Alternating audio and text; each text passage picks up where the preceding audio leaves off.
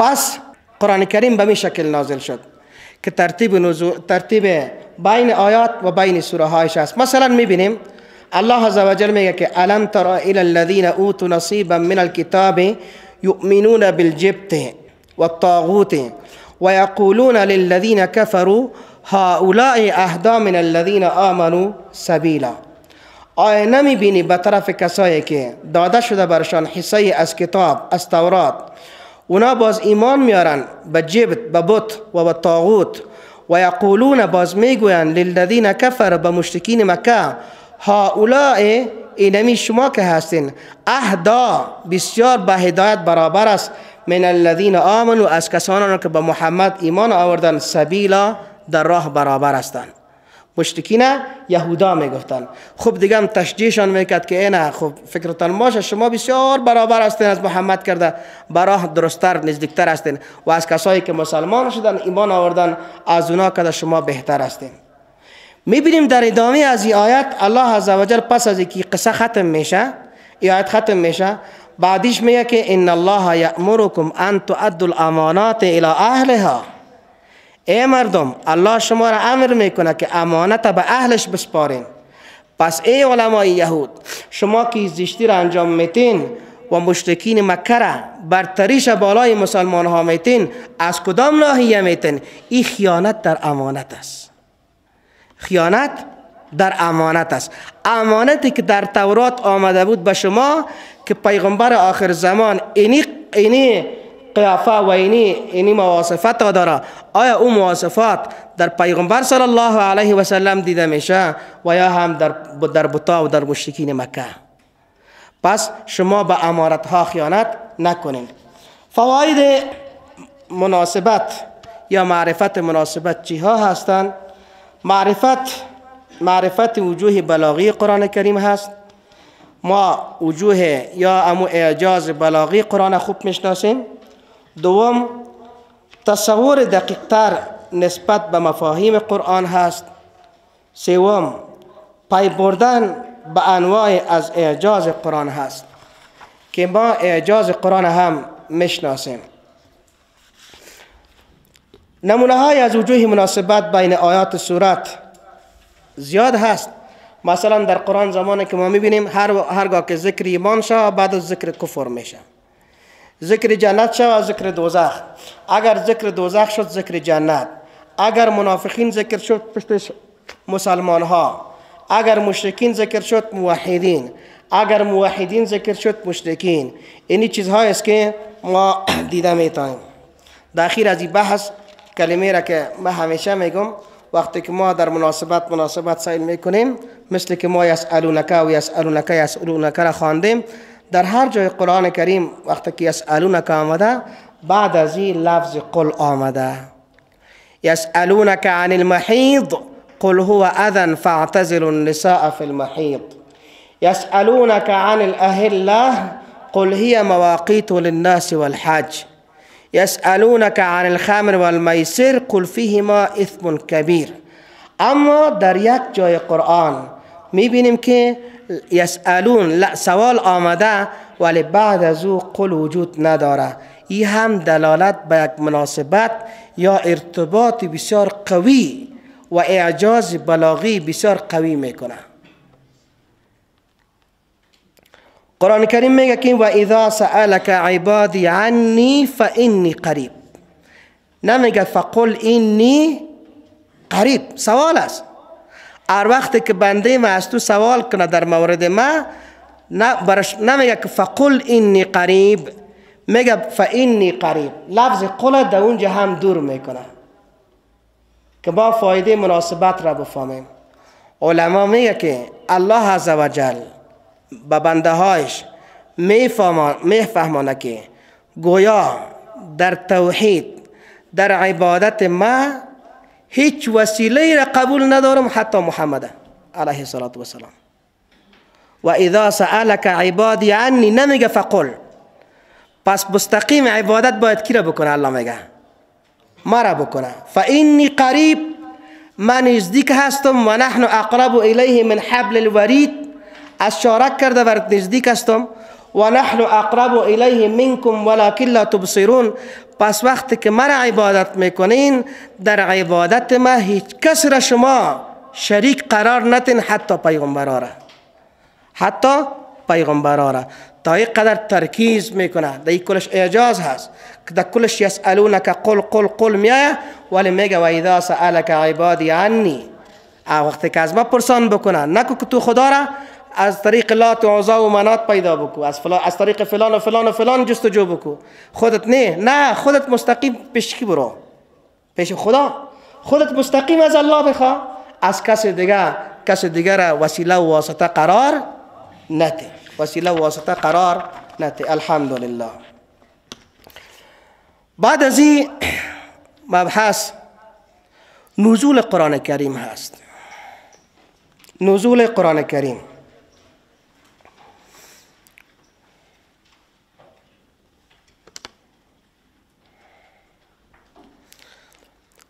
در نزول قرآن کریم ما با چند آیه سر میخوریم. یک، الله لا یزال میگه شهر رمضان الذي انزل فيه القرآن هدى للناس و بینات من الهدى والفرقان.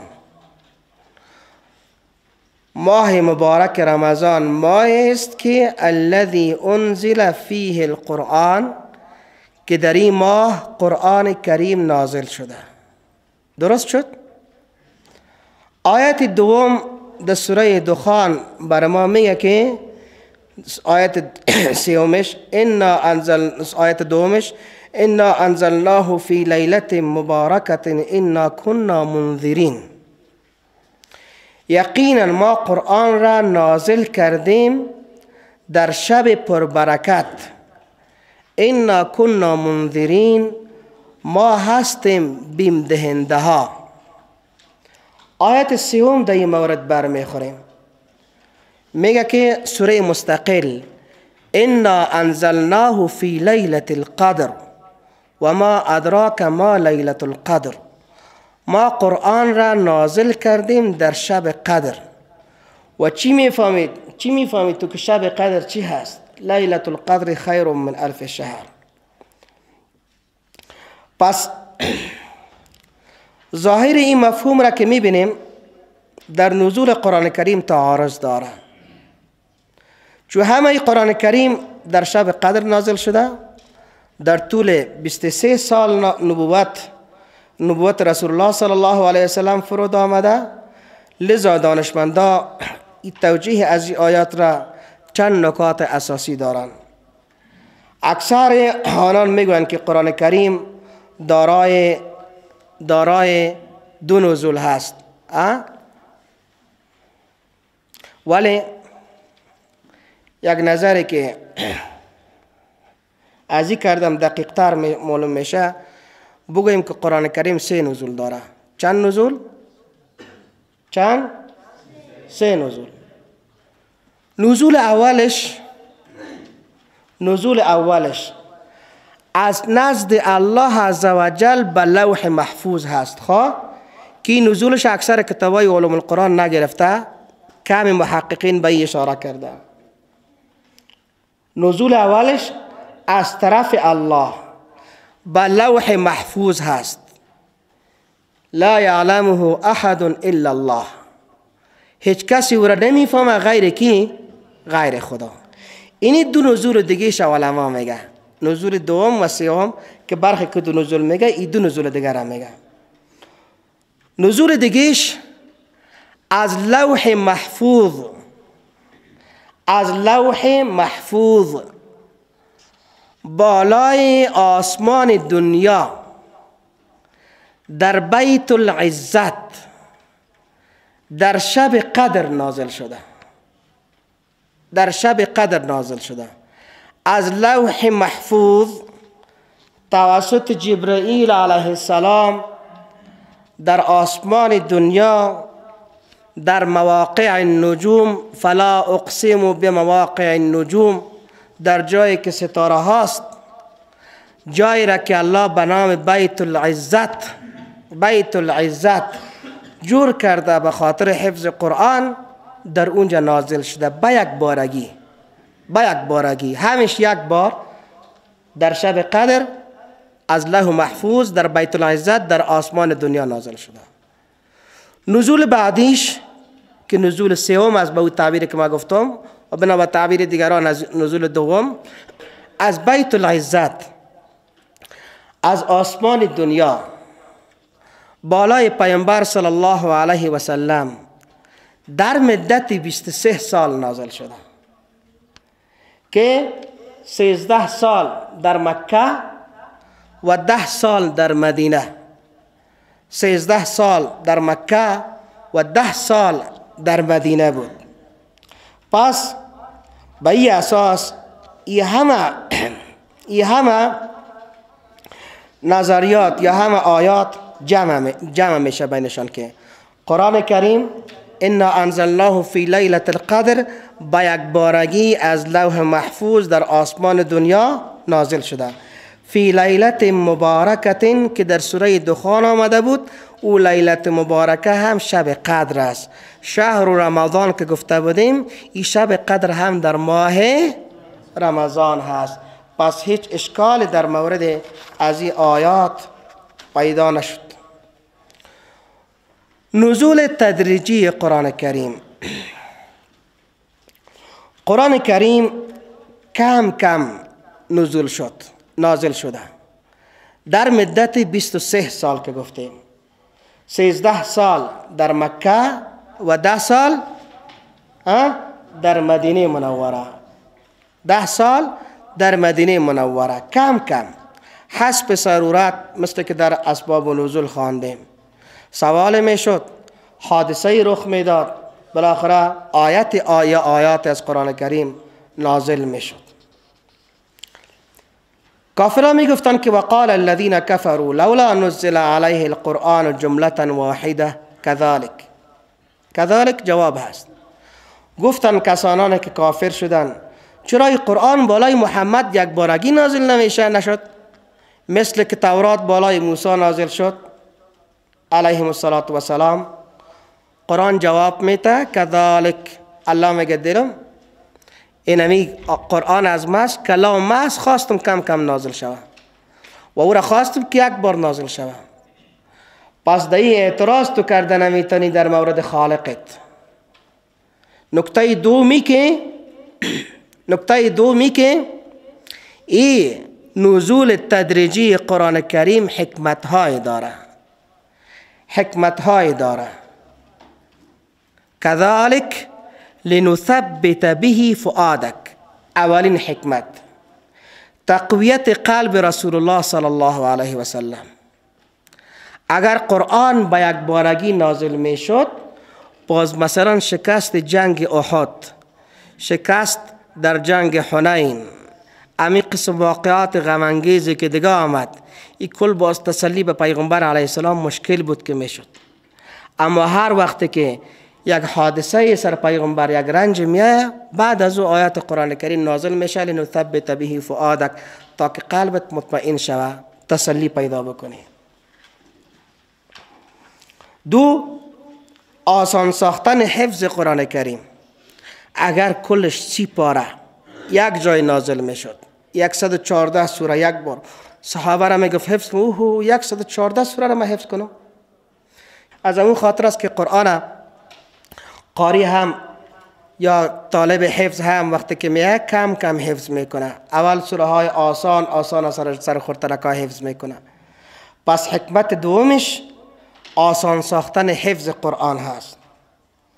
حکمت سومش تحدی و چلنج هست که از اعجاز قرآن هست. فأتوا بسورة من مثله. اگر قرآن یک بار نازل میشد، یک بار آوردش خلاص رفت، از کدام جای به اصطلاح ما و شما فتوکاپی کرد، نقل کرد، کاپی و چی کرد، آوردش خلاص در اینجا. نه، قرآن تو نکرده، کاپی و پیست نیست. پس قرآن آمده کم کم، همون جایی که کفار پرسان میکنه دفعتا سوره نازل میشه، آیت نازل میشه. پس به خاطر تحدی، به خاطر چلنج برای مخالفین هست، برای مشرکین هست. ولا یأتونک بمثل الا جئناک بالحق و احسن تفسیرا. اونا نمیارن به تو آورده نمیترن بمثل بمثل از قرآن الا جئناک بالحق مگر آن چیز را که ما نازل کردیم امو حق است و احسن تفسیرا و بهترین تفسیر. 4 تدریج در تشریع. تدریج در تشریع. تجدید در تشریع مثل احکام که در مورد شرب خمر ما گفتیم کم کم نازل شد. کل احکام اگر یک بار نازل میشد در اونجا دیگه باز مشکل پیدا میشد. مشکل پیدا میشد. اوه یک دفعه مسلمان شده نو نمازم بخونه، روزام بگیره، حجم بکنه، زکاتم بده، جهادم بکنه، بکشم کشتاب شوه، کلش مشکل است. یک دم ذهن خالی، نه آستا آستا پیش رفت، آستا آستا پیش رفت. خب مگرم از این تدرج در تشریع یا تدریج در تشریع یک مفهوم غلط ما نگیریم. مالخا مفهوم غلط ما اینطور است که دمی تفریح امروز کسی پرسان کرد که گویا اگر مسئله تدریج تشریع باشه چرا فلان کار دفعتا صورت گرفت طالبایت نمیشد. نه یکی او زمانی بود که قرآن نازل شد، یکی 1400 سال بعد هست که ما زندگی میکنیم. جناب ایتو نیست که یک کس نماز نمیخوان تو بگی برو خیر از بانش که نماز نخوانه، یا اول نماز بخوانه روزه را برش نگو برو خیر از باز دیگه سال سرش روزه میگیرم، دیگه سال سرش حج میکنم. نه، دین تکمیل شده. دین تکمیل شده. فعلا هیچ اغماز در دین نیست. برو خیر از بانش که امرای یهود و نصارا دوستی بکنه باز آستاستا برش میگم. تدریج در تشریع است. نه از این گپ غلط، از این اصطلاح غلط نگیرین که چرا فلان وزارت از بین رفت باید خلاص میماندش دیگه، فلان کار باید میشد میماندش. نه جناب، هر کس باید حد خود بشناسه. تدریج در تشریع به این معنا نیست که هر وسوسه های درونی خود را ما داخل دین بکنیم، ما دین را به تعبیر خود تعبیر بکنیم. اینطور نیست.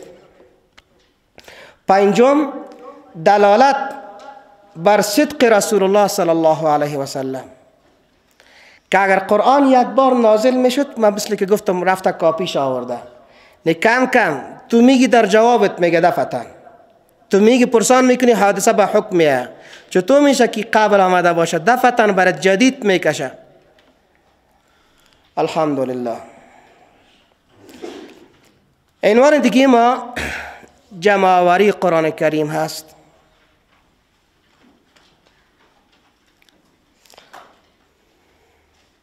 مراد از جمع 2 معنا هست. یکی جمع به معنای نوشتن هست، یکی جمع به معنای حفظ در سینه هاست. اول حفظ در سینه ها، دوم حفظ به نوشتن. اولین کسی که قرآن را از جبرئیل شنید و حفظ کرد کی بود؟ رسول الله صلی الله علیه و سلم. جزاکم الله خیر. پیامبر صلی الله علیه و سلم بود که هر چیزی را که از پیغمبر علیه السلام از جبرئیل علیه السلام میشنید حفظ میکرد و باز بالاخره به مردم میرسان، به صحابه دستور میداد که نوشته بکنن، مثل که پیش گفتیم. پس هم حفظ در سینه ها بود که خود پیغمبر علیه السلام میکرد و هم به معنی نوشتن بود که کاتبین وحی یا منشیای وحی را دستور میداد که آیت را در فلان سوره قبل از فلان آیت و یا هم بعد از فلان آیت نوشته بکنیم. مشهورترین قاریا در عصر پیغمبر علیه السلام کیها بودند؟ ابی ابن کعب، عبدالله بن مسعود، سالم مولای ابی حذیفه، ابو درداء، معاذ بن جبل، ابو زید بن السکن، خلفای 4 ابو بکر و عمر و عثمان و علی، ام المؤمنین حفصه رضی الله تعالی عنها ابو موسی اشعری، زید بن ثابت و دیگران. اینا مشهورترین قاریا از صحابه کرام در عصر پیغمبر علیه السلام بودن که زمانی که قرآن نازل می شد اینا حافظ می شدن، حفظ می کردن، یاد می گرفتن. بعد از این خیر قرآن در عصر پیغمبر علیه السلام چه قسم جمع شد؟ قرآن کریم 3 جمع داره خواه. یک جمعش در عصر پیغمبر هست علیه السلام، یک جمع در خلافت ابوبکر صدیق هست و یک جمع هم در خلافت حضرت عثمان هست رضی الله عنهم اجمعین. در زمان پیغمبر علیه السلام قرآن به شکل جمع می شد که یکی در سینه ها حفظ می شد، مثل که از قاریا نقل کردیم، از حافظای قرآن نقل کردیم. و طریقه دیگیش نوشتن بود و نوشتنش ما مثل که گفتیم در یک کتاب مشخص و ضخیم نبود که نوشته کرده برای اثر تا آخر، بلکه در توته های سنگ هموار، در استخوان‌های شانه، در پوست درخت های خرما، در بعض اوراق و کاغذ ها، پوست حیوانات چرم که آش داده شده بود، در اینا نوشته می شد قرآن کریم آیاتش. و هر سوره از خود دفتر مشخص داشت که گفتیم. در زمان پیغمبر علیه السلام همین شکل بود. این جمع اول. جمع دوم در عصر خلافت ابوبکر صدیق رضی الله تعالی عنه شد که در جنگ یمامه با مسیلمة الکذاب تعداد 70 نفر از حافظای قرآن کریم شهید شدند و برخی حتی 500 نفر میگن. و این شهادت قاریا حافظای قرآن بالای از حضرت عمر رضی الله تعالی عنه بسیار سخت تمام شد. آمد پیش ابوبکر صدیق خلیفه، گفت یا خلیفه، یا خلیفت رسول الله صلی الله علیه وسلم، پیش از اینکه قرآن چیزش ضایع شد قرآن جمع کن.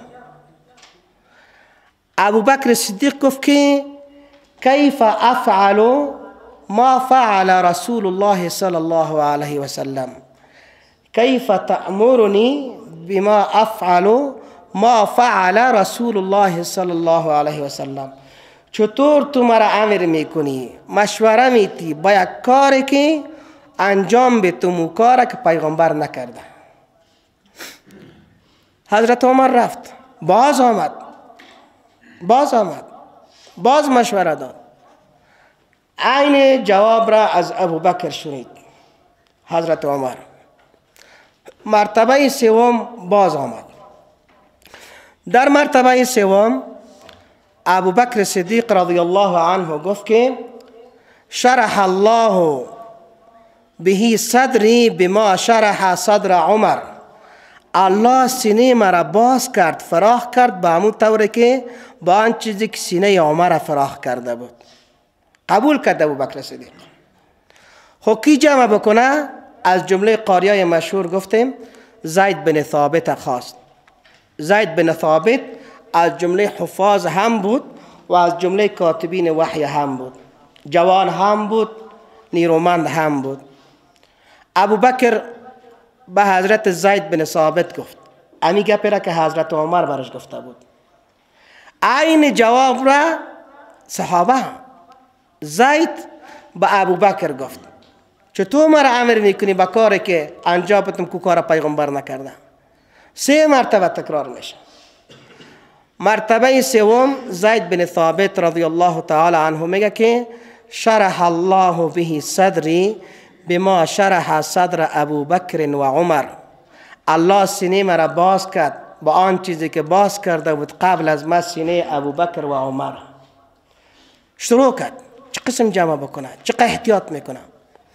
میایه آیاتی که خودش حفظ داره، حفظ خود را امرای نوشتش سر میده. از کسای دیگه که میشنوه، حافظای دیگه که هستن، نوشته از اونا را که حفظشان با امرای حفظ خود امرای نوشته خود سر میده که آیت کدام آیت است، در کدام جای باشه. پس به این ترتیب مصحفی که ما میخوانیم به این ترتیب قرآن جمع شد. اما قرآن که پسانتر انشاءالله فردا خواد خواندیم و بسیار مهم است که به 7 زبان نازل شده، لهجات 7 گانه، یکی قرائت های 7 گانه داریم، یکی لغات 7 گانه داریم. حفظ لغات دو بود، حفظ لغات دو مصحف زمان ابوبکر صدیق رضی الله عنه بود. مثلا معنی آیه تغییر نمیکرد، اما لهجات یا امو لغاتی که عرب ها در مکه بین خود داشتن و امو 7 لغت پیغمبر اجازه داده بود علیه السلام که هر کس به خاطر آسانی به مو لغت خود قرآن بخوانه. امی 7 لغت را در مصحف ابوبکر صدیق جابجا بود. مثلا در فارسی ما اینا چاشتا ماسنه یک چیز را بولانی میگه، کس دیگه او را پیرکی میگه. درست کلش همون گندنه یک کچالوس که در بین خمیر میمانه و میخوره، خونامش فرق میکنه. یا ماست را ما ماست میگیم، مردم چیز لوگر او را چی میگن؟ جرغات میگن، او را جرغات میگن. تخم را ما تخم میگیم، مردم سمت شمال کابل سفال میگن و مردم فارسی زبان یا دری زبان گردیز او را سپیده میگن. اما یک چیز است، اینمی قسم لهجات یا لغات در قرآن کریم مراعات شده بود به خاطر آسانی. پیغمبر علیه السلام به هر کسی که به مون لهجات بود، اما 7 قومی که بودن، 7 لهجه مشهور، 7 لغت معروفی که داشتن، برشان اجازه داده بود که برین خیر است بخوانین به می لهجاتتان. به خاطر که وا تا که یک کورس عربی میخواندن و کلشان لهجه خود یا زبان خود لغت قریش میساخت، وقت گیر بود، زمانه گیر بود. پس به این خاطر پیغمبر علیه السلام به اونا اجازه داد. این 7 لغت یا مثل آره، اره، بله، کلش یکی است، یکی هست نیست. آب، او یکی هست، خلاص مشکل نداره. نه خیر، نه کلش یکی هست. و میبینیم که در هر زبان لهجات مختلفی هست. مثلا در محمود چی شد؟ محمود است و رفته صبحی آمده بود. در کتاب اجتماعات سمفونی امسال که میخواندم در مدارس از استرالیا را، اونا را نوشته کرده بودن که 300 لغت و 700 لهجه دارن. 300 لغت و 700 لهجه دارن. از کجا شد؟ پس این قسم الله عزوجل است که از یک پدر و مادر پیدا کرد و لهجات و لغات متعدد را که به هزار لغت و لهجه میرسه و هر لغت به خود لهجات مثل فارسی که چند تا داره، امی قسم دارا می باشه، امی قسم اختلاف در لهجات چی شد؟ پیدا شد. این در مصحف ابوبکر صدیق مراعات شده بود. زمان حضرت عمر رضی الله تعالی عنه تیر شد، اما دایره خلافت اسلامی گسترده شد. اسلام از جزیره العرب تا کشورهای عجمی غیر عربی، فارس، مثلا آذربایجان شد، ایران شد، افغانستان شد، کشورهای ماوراءالنهر، ازبکستان و تاجیکستان و ارمنستان، اینا شد تا اینجا رسید، تا چین رسید. جنگی که در سرحدات آذربایجان رخ داده بود و در جنگ حضرت حذیفه بن یمان رضی الله تعالی عنه هم شرکت داشت، آمده بود. در این جدید که 2 نفر با هم جنگ داره، یکیش میگه که قرآن تو غلط است، تو غلط میخوانی، دیگهش میگه تو غلط میخوانی. یکیش میگه لغت ما صحیح است، مثلا سپیده صحیح است، دیگهش میگه تخم صحیح است. یکیش میگه جرغات صحیح است، دیگهش میگه نه ماست صحیح است. کم است که یکی دیگر را کافر بگویند و یکی دیگر را بکشند. حضرت حذیفه حکمت الهی جنگ ترک میکنه، از این جمعه پس مدینه منوره پیش حضرت عثمان، و حضرت عثمان میگه که یا خلیفه، پیش از اینکه مسلمان ها با یک فتنه دیگه دچار شوند که یکی دیگه خدا بکشن، قتل کنن، اینا را از این فتنه نجات بده. خیلی چی کنم؟ قرآن را از 7 لغت به 1 لغت جمع کن. باز حضرت عثمان زید بن ثابت دوباره میخواه و میگه تو کسی هستی که جمع اول قرآن هم کردی؟ خب با یک کمیسون چند نفری، 5-6 نفری، میگه شما بین خود بشینین، قرآن را از 7 لغت به 1 لغت جمع بکنین و هرگاه در بینتان اختلاف پیدا شد که کدام لغت خوبتر است بگیریم، فاکتبوه بلسان قریش، شما او را باز به زبان قریش نوشته کنین، به خاطر که قرآن به زبان قریش نازل شده. پس حضرت عثمان رضی الله، این جمع آخر قرآن است، جمع سومش. حضرت عثمان رضی الله تعالی عنه مصحفی که در پیش حضرت حفصه دختر حضرت عمر رضی الله تعالی عنه به نام مصحف امام که پیش پدرش بود، بعد از خلافت پیش حضرت حفصه بود، او را میخواه و میگه که ای حفصه مادر مسلمان است دیگه، ام المؤمنین است، مصحف روان بکن، ما از روی از او اینمی قرآن از 7 لغت به 1 لغت جمع میکنیم، دوباره مصحف باز برات میتیم. بالاخره زید بن ثابت امرای کمیسیون میشینه و بالاخره قرآن را از 7 لغت به 1 لغت جمع میکنن و حضرت عثمان رضی الله تعالی عنه حکم میکنه به والیا در هر جا که قرآن کریمی که سابق به 7 لغت نوشته بود کلش باید در بگیره، کلش باید در بده و از روی همین یک قرآن که به 1 لغت جمع کرده چندی تا مصحف نوشته میکنه و به هر والی به هر ولایت نقل میکنه، میگه باقی هر کس قرآن فقط باید به می خط کوفی که نوشته شده می شکل به می نوشته بکنه، یعنی به می 1 لغت نوشته بکنه، نه ای که 7 لغت. چرا در داد حضرت عثمان رضی الله عنه مصاحف را؟ به این خاطر که اگر اونمو مصاحف پسان به دست دشمنای اسلام بفته باز میکشن، میگه این قرآن فرق داره، باز جنگ است، باز دیگه شبهات سر قرآن پیش میکنن. پس به این خاطر که دربت خاکستر بگرده او را از کجا میکشه؟ در دست دشمنا نفته. قرآن کریم حکمت الهی که به او بود از بین رفت، کلش در داد و فقط یک قرآن به 1 لغت به لغت قریش مان، اما با حفظ قرائات 7گانه، با حفظ قرائات 7گانه.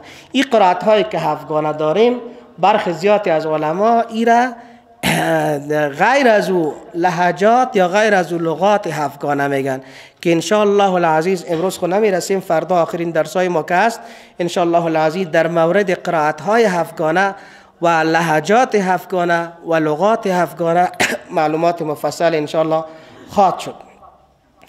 تعدد نسخه های تهیه شده در زمان حضرت عثمان رضی الله تعالی عنه صورت گرفت. اونمو اختلاف است که چند تا هست، بعضی میگه 4 نسخه بوده، بعضی میگه که 5 تا بوده، بعضی میگه که 7 تا بوده و آن چیزی که مسلم است عثمان رضی الله تعالی عنه 1 نسخه را پیش خود نگاه کرد و دیگر به مو 4-5 تا یا 7 تایی که نوشته کرده بود به والیا گفتیم روان کرد تا که باقی قرآن از روی نظمو نسخه شوه و نوشته شوه.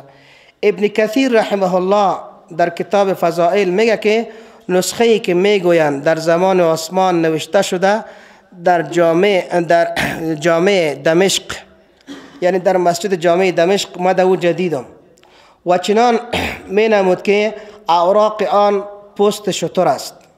به نظر می رسد که یعنی اوراقش و رقاش از پوست شتر بوده، بسیار نازک و بسیار ظریف، که ابن جزری رحمه الله این نسخه را میگه ما هم دیدیم و گویا که اینمی نسخه در حادثه آتش سوزی که در سال 13 هجری قمری در جامع دمشق افتاد و از بین رفت سوخته است و جمع قرآن کریم در زمان عهد عثمان رضی الله تعالی عنه در سال 25 هجری قمری صورت گرفته، آخرین جمعش در سال 25 هجری قمری. باز برخی ملحدین و در عصر ما کی کریم سروش و امثالش بعد شبهات را بالای جمع قرآن کریم هم ایراد میکنن. از اون جمله مثلا میگن که به برخی از آثار و احادیث استدلال میکنه که گویا معلوم میشه که در قرآن کریم که جمع شده او آیات از او مانده. مثلا الف میگه روز رسول الله صلی الله علیه و سلم شنید که یک مرد آیات از قرآن را میخواند و گفت که یرحم الله لقد اذکرنی آیتا کذا، الله سر از این رحم کنه. پیغمبر گفت این فلان آیت که مرا فراموش شده بود به یادم داد. کذا کنت اسقطتها، امیر رقم من آیت از بین برده بودم، علیه بالله یادم رفته بود. در روایتی که کنتو انسیتها، من را فراموش کرده بودم، لذا امکان داره که رسول الله صلی الله علیه وسلم همه قرآن را ابلاغ نکرده باشه، یک چیز مانده باشه، فراموش شده باشه. آیا این نظریه درست است این شبهه و یا هم نه؟ در جواب اینطور علما میگه که الله عزوجل میگه لا تحرک به لسانک لتعجل به، تو تیز زبانت لبایت شور نتی تا که عجله بکنی به خواندن قرآن. ان علینا جمعه و قرآنه فاذا قرأناه فاتبع قرآنه. ماستیم که قرآن را بالای تو جمع کردیم و ماستیم که قرآن را بالای تو خواندیم، پس هر وقت که جبرائیل خوان بعد از این باز تو بخوان. که ما گفتم عبدالله بن عباس هم لبای خود شور میداد، تیز تیز میگفت که انا احرکهما کما حرکهما رسول الله صلی الله علیه و سلم. طبقی آیه الله عزوجل تعهد نموده که قرآن حفظ میکنه و در جای دیگه میگه در سوره نحل انا نحن نزلنا الذکر و انا له لحافظون. پس الله عزوجل که خودش ضمانت حفظ را کرده، ضمانت جمعش کرده، هیچ کسی دعوا کرده نمیتونه که گویا رسول الله صلی الله علیه و سلم العیاذ بالله حصه از قرآن را به مردم ابلاغ نکرده باشه. بله، ما در قرآن پسانتر روز بعدی میخوانیم که نسخه 3 نوع نسخه داریم. نسخه به معنی تبدیل، تغییر حکم را میگه. ما ننسخ من آیت او ننسها نأتی بخیر منها او مثلها. برخی آیات منسوخ داریم ما که هم تلاوتش نسخه شده و هم حکمش نسخه شده. پس مراد از اونمو آیات هست که آیا اگر او روایت صحیح باشه، درس اول خو علما او روایت صحیح نمیدانن، او روایت صحیح نیست. بالفرض و تقدیر اگر او روایت صحیح هم می بود یا تصحیح هم شود، مراد امو آیات است که هم تلاوتش منسوخ شده و هم حکمش منسوخ شده. استدلال میکنن به این آیه کریمه که سنقرئک فلا تنسى الا ما شاء الله. زود است که ما سر تو بخوانیم، تو هیچ فراموش نمی کنی. سوره اعلی آیه 4 تا 7، آیه 6 و 7. الا ما شاء الله، مگر آن چیز را که الله بخواهد. پس این ملحدین میگه که طبقی آیه با مشیت الله عزوجل مقدار از قرآن را پیغمبر علیه السلام چی کرده؟ فراموش کرده. اما در جواب علما از این هم 2 جواب گفتن. الف، اگر رسول الله صلی الله علیه و سلم چیزی از قرآن را فراموش کرده باشه و الله خودش او را خواسته باشه، مشکل و اشکال نداره. و ما گفتم که اونمو آیاتی که هم تلاوتش منسوخ است و هم حکمش منسوخ است. قرآن میگه ما ننسخ من آیت، ما نسخ نمی کنیم از هیچ آیت را، او ننسها یا ای را فراموش بکنیم، از تو دورش کنیم، نأتی بخیر منها، مگر ای که ما از او کده بهتر میاریم، او مثلها یا به مثل از او کده کمتر نه. ناسخ هیچ وقتی از منسوخ کرده در حکم در درجه پایین نمی باشه، یا بالا می باشه و یا هم مساوی هم سطح می باشه. مقصود از استثناء الا ما شاء الله در آیه کریمه ای است که کسی گمان نبره با قدرت خود و مستقل از مشیت الهی، که نه خلاص ما که بخوایم یک کار میشه از قدرت الله کرده، قدرت ما علیه بالله مستقل تر است، میتونه که خلاف مشیت الهی کار را انجام بده. نه الا ماشاء الله. هر قدر قدرت داشته باشی از مشیت الله دور نیست، از مشیت الله خالی نیست. مثل که قرآن میگه و اما الذين سعدوا ففي الجنة خالدين فيها ما دامت السماوات والارض الا ما شاء ربك عطاء غیر مجدود. باز در اونجا سرش گپ میزنیم.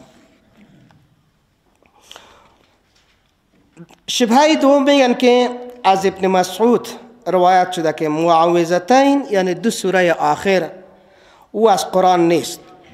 گویا که عبدالله بن مسعود گفته که قل اعوذ برب الفلق و قل اعوذ برب الناس از قرآن نیست و ایر از قرآن نمیدانست. و گویا اشیایی در قرآن وجود داره که از قرآن نبوده. در جواب علما میگه که این نقل از ابن مسعود دروغ است. پس پیشتر که ما گفتیم که هر ترخوش که قبول نمی کنیم دیگه. این نقل از ابن مسعود رضی الله تعالی عنه و ارضاه دروغ هست. ابن حزم اندلسی رحمه الله میگه اگر کسی چون این چیزی را از ابن مسعود نقل کنه یا به او نسبت بکنه دروغ گفته است. دروغ است. با گذشته از این اصحاب رسول الله صلی الله علیه و سلم به اثبات معوذتین یعنی دو سوره اخیر تاکید داشتن که این دو سوره از قرآن هست. سه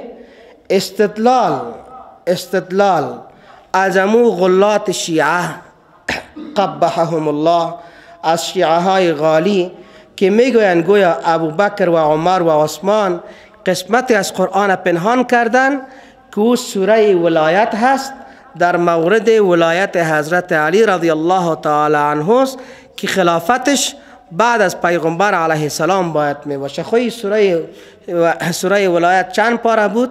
10 پاره میگن بود. چه شد؟ یک ایرا بوز حضرت عایشه خورده. 2 نه این سوره را ابوبکر و عمر و عثمان در بین خود خب جور کردن بالاخره پت کردن تا که خلافت از حضرت علی رضی الله تعالی عنه و ارضاه به کی برسه؟ به اونا برسه حضرت علی نه. اما این از اساس دروغ است. از اساس دروغ است.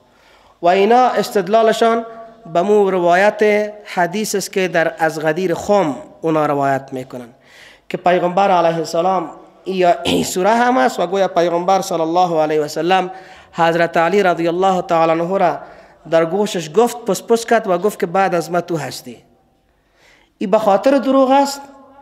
به خاطر دروغ است که مسئله خلافت و ولایت کار ساده نیست که در گوش کس پیغمبر بگوید و نه هم پیغمبر علیه السلام از کس ترس داشت که چطور چیز را بگوید باز کس مخالفت بکنه. با کلگی میگفت که بلند چرا نگفت که ای علی بعد از ما تو خلیفه هستی، بعد از ما تو هستی، کس دیگه حق نداره. پس چون این روایت دروغ است. بالفرض امی گپ را حضرت محمد رسول الله صلی الله علیه و سلم خط کرده به حضرت علی گفته.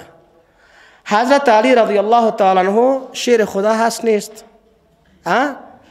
پس آیا چیز را که پیغمبر برش امر میکرد به او عمل میکرد نمیکرد؟ میکرد. چطور میشه که یک حق مسلمش را پیغمبر برش گفته باشه، تأکید کرده باشه، 10 پاره قرآن هم در سوره ولایت در مورد خلافتش آمده باشه ولی به ابوبکر صدیق بیعت بکنه، به حضرت عمر بیعت بکنه و به حضرت عمر دختر خود ام کلثوم هم به نکاحش بده. پس سر و پای این قصه چی هست؟ دروغ هست. اگر این قصه راست می بود العیاذ بالله باز حضرت علی رضی الله تعالی عنه و ارضاه که نگه که چشم ما هست باز او شیر خدا نبوده، العیاذ بالله یک ترسو بوده. و این گپ شما حضرت علی رضی الله تعالی عنه را توصیف نمی کنه بلکه تقبیح میکنه، مکانتش کم میکنه که از خود دفاع کرده نتونست، از حق خود در مورد خلافت ابوبکر و عمر و قرآن گفتیم که در زمان حضرت عثمان در سال چندم جمع شد؟ 25 هجری. 25 هجری. از سال دوم تا 25 15 سال تیر شده و چندین سال دیگه هم تیر شد. بالاخره این تقریبا 15 و 20 سال را حضرت علی رضی الله عنه چطور از حقوق خود تیر شد؟ از حق خود تیر شد. پس دین با گمانهای سو بد چی نمیشه؟ نسبت نمیشه، ثابت نمیشه. و ای که دمی جو گپ دیگهشان هم که گویا هست در کتابایشان درج هست که گویا حضرت علی رضی الله تعالی عنه خانمش که فاطمه الزهرا رضی الله تعالی عنها بود، حضرت عمر آمد از موهایش گرفت، با لغت در شکمش زد، قبرقیش شکستان و طفل هم که در شکم داشت به نام محسن، حسن حسین محسن، او را ضایع کرد و بالاخره به مو دردش شهید شد. نه این دروغ هست، این دروغ هست، این کسر شان به حضرت علی هست، نه توصیف حضرت علی. اولی که حضرت عمر رضی الله تعالی عنه در مقابل فاطمه هیچ وقت بیادبی نمیکرد. دومی که اگر بالفرض این کار شده باشه، حضرت علی چطور از ناموس خود دفاع نمیکنه؟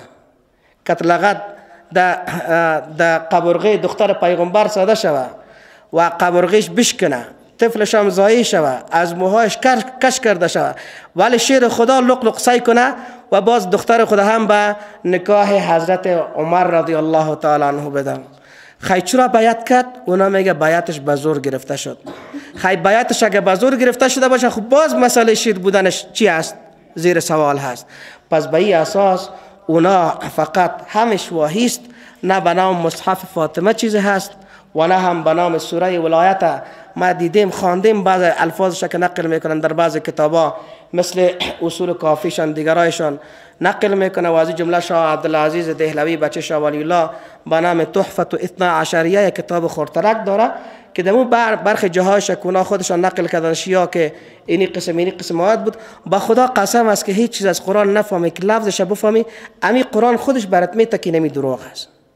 امی لفظ قرآن نیست، لفظ نیست که الله نازل کرده باشه.